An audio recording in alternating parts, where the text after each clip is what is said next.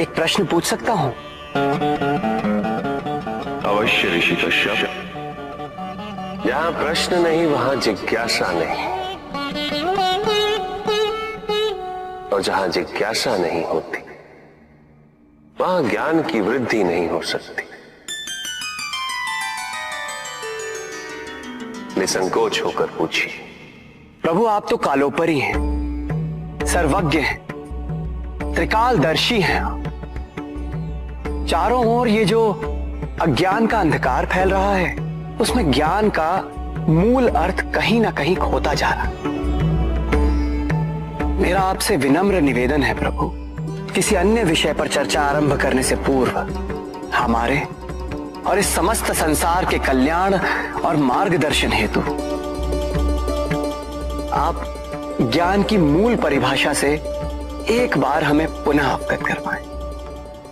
ज्ञान और अज्ञान की परिभाषा को स्पष्ट रूप से समझने के लिए ज्ञान और अज्ञान की विशेषताओं का स्मरण करना आवश्यक है।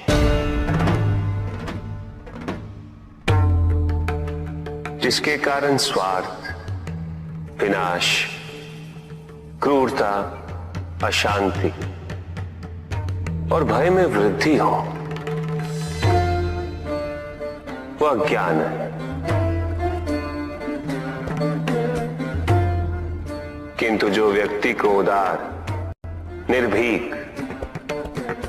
सहनशील और विनम्र बनाए, वही ज्ञान है। अज्ञान की शक्तियां दुरुपयोग करने हेतु प्रेरित करती हैं,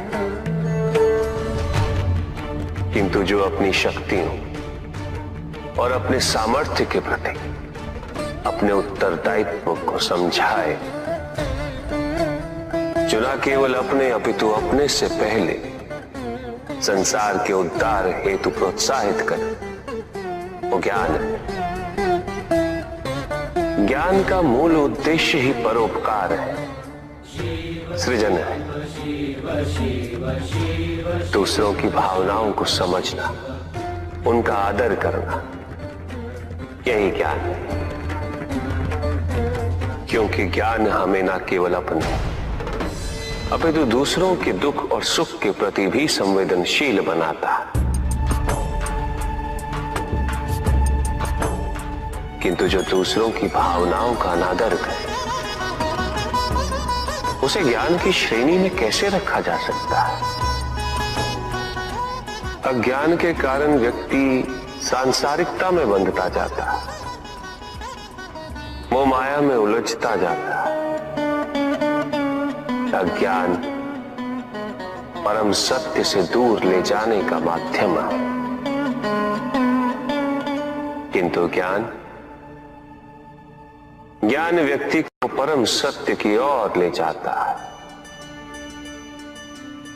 ज्ञान मुक्तिदायक है, मोक्ष का मार्ग है, और इस मुक्तिदायक ज्ञान का सर्वोच्च रूप है आत्मज्ञान, और यही ज्ञान की पूर्णता भी है।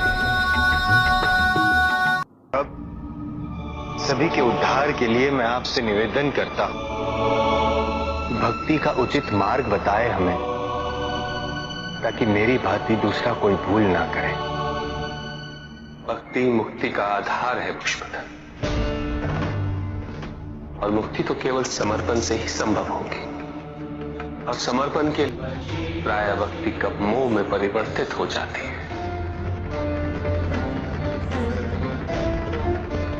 और ऐसे में पथ भ्रमित होना अनिवार्य है।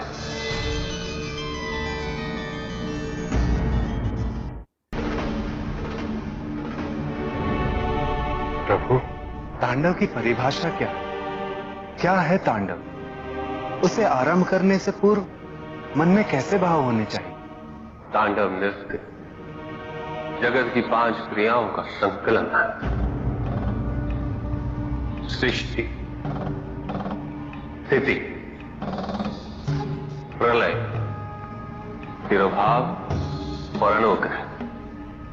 अग्नि, जल, वायु पृथ्वी और आकाश, मेरे नृत्याकार शरीर के 5 मुख, इन्हीं 5 भूतों से ब्रह्मांड का निर्माण होता। पृथ्वी से सभी भूतों के शरीर बनते हैं और उनका पालन जल से होता है, और संपूर्ण भूतों का अंत अग्नि से होता है।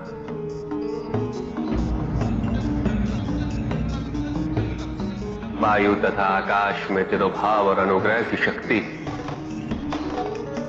इस प्रकार मेरे ये 5 महाभूत मुख मेरे नृत्य की 5 महाक्रियाओं का प्रतीक है। धन आवश्यक है ऋषि अत्रि।